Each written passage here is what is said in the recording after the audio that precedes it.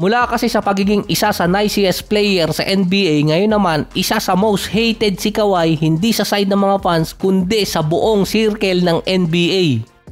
Dahil sa nahuli si Kawhi na meron palang ghost contract. Nagsabi na agad si Steve Ballmer na wala siyang alam na nakapirma na pala si Kawhi sa Aspiration, na nag-request yung company na ipakilala ni Kawhi si Steve Ballmer at doon nagbigay ng 50 million na pondo. Tumulong pa yung company sa pag-build ng bagong arena ng Clippers. Kaya si Tyrese Haliburton, inaasar na si Kawhi. Nag-joke ba naman na baka may alam na ghost contract? Ito yung no-show na endorsement deal.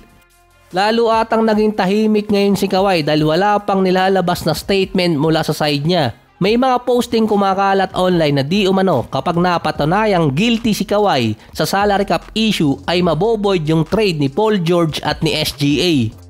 Pero kung mabivito or mabovoid yung trade na yon, dapat isinama din sa report si Jalen Williams at si Trey Mann. At ibabalik si Butler sa Miami dahil ginamit ng Miami Heat yung first round pick nila noong 2021 para makuha si Butler. Yung isa sa mga draft picks ng Miami, binigay nila sa Sixers yun noong 2019 offseason na ginamit naman ng Philadelphia at naging part din ng Clippers at Thunder trade. Part pa rin ng package ni Paul George at ni SGA yung first round pick na binigay ng Miami dito sa Philadelphia na nagamit din dun sa package. At kaya posible si Butler hindi sa Miami maibalik kundi sa Sixers. At yung iba mga player na part ng trade na yon wala na sa NBA tulad ni Muscala, kasama pa doon si Wilson Chandler, kahit pa si Danilo Gallinari.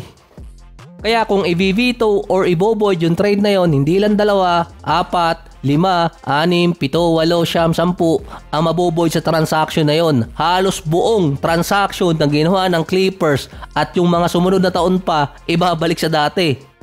Na parang hindi parusa yung mangyayari sa Clippers kapag ganun ang ginawa na penalty. Dahil makukuha nila yung best player, pati yung isa sa kasama niyang best player din si Jalen Williams.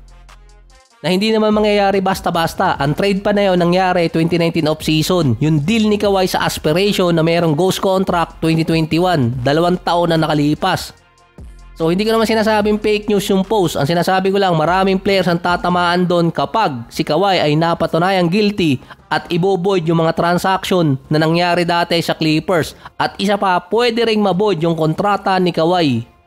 Kahit maboid yung kontrata ni Kawhi na pinirmahan sa Clippers, pwede naman kasi siya ulit pumirma. Kaso nga lang, may iba lang yung mga terms na nakalagay sa contract. Ang penalty kasi nakadeclare based sa collective bargain agreement, multa mula 4 million hanggang 7.5 million, depende kung ilang beses ginawa ng Clippers. Iba pa yung multa mula naman sa team owner, suspension pa ng mga executive ng Clippers, yung mga draft picks ng Clippers, posible pang ma-forfeit. Hindi pala posible, talaga mapo-forfeit. Yung mga draft picks pa ng Clippers na nagamit nila sa trade, based sa report, hindi yun magagalaw. So meron sila until 2030 onwards na sila ang may control. Kapag na-forfeit yun, hindi nila magagamit sa transaction or sa kahit anong trades. Hindi pa alam kung ilan ang ifo-forfeit dun. Kapag dumating pa na nasa 2 or 3, delikado rin dun ng Clippers kasi 3 taon silang walang draft picks at walang magagamit sa transaction.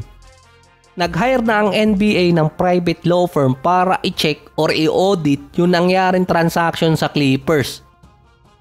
Hindi lang basta Clippers ang ma-audit doon, pati yung mga naging kapartner nila sa trade masisilip din. Kaya maraming GMs at mga teams ang galit kay Kawhi dahil na-break na nga ng Clippers yung rule, baka pa sila madamay sa ginawa ng Clippers. Yung isa pa, kapag lahat ng transaction ng Clippers na kasama si Kawhi or hindi man kasama si Kawhi at na-audit na merong mali, pwedeng maboid ng NBA at maaapektuhan yung lahat ng teams na kasama sa trade na yon or transaction.